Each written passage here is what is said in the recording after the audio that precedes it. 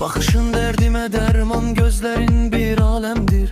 Sensiz geçen her dakikam, her saatim gemdir.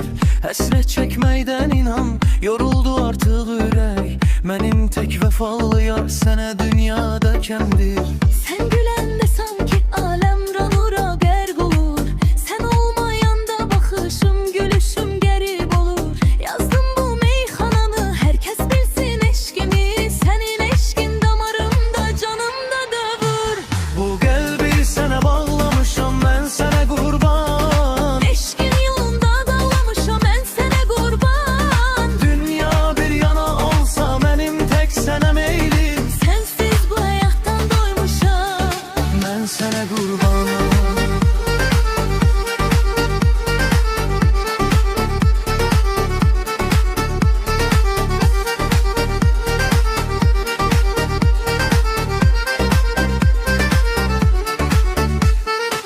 Ben seni sevmeye geldim, sen benim bəxt ulduzum. Gözlerimde parlayan nur, şekerim sen hem tuzum. Qoy sana aşık desinler, qoy mənə mecnun desinler. İki sen yanımda ol, ay benim nazlı kuzum. köhnə Bakı küçələri şahiddir bu sevgiye.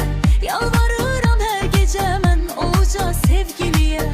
Ayrılık gelmesin bize, keder bizden uzak olsun. Bu saf məhəbbətimiz herkese örnek olsun. Bu kalbi sana bağlamışam, ben sana kurban. Eşkin yolunda dağlamışım, ben sana kurban. Dünya bir yana olsa benim tek sana meylim. Sensiz bu hayattan doymuşam, Ben sana kurban.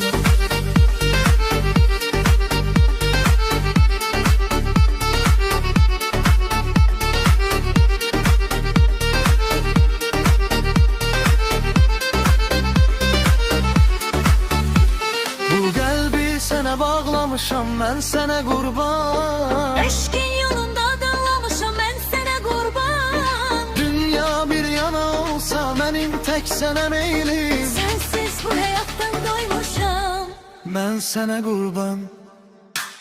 Bu kalbi sana bağlamışam, ben sana